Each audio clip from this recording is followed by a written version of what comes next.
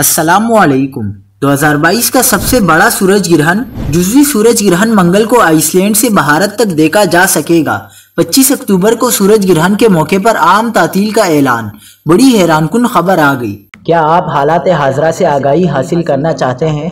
खबर के पीछे छुपे असल हकाइक जानना चाहते हैं तो अभी सब्सक्राइब कीजिए जिलमिल पाकिस्तान को और साथ ही घंटी के निशान पर क्लिक कर दें। आपको बताते चलें कि 25 अक्टूबर मंगल को आइसलैंड से भारत तक जुज़वी सूरज ग्रहण का मुशाहिदा किया जा सकेगा। पाकिस्तान में भी यह सूरज ग्रहण नजर आएगा। माहिरीन फल्कियात ने खबरदार किया है कि इसे बराह रास्त देखने से आंखों को नुकसान पहुंच सकता है।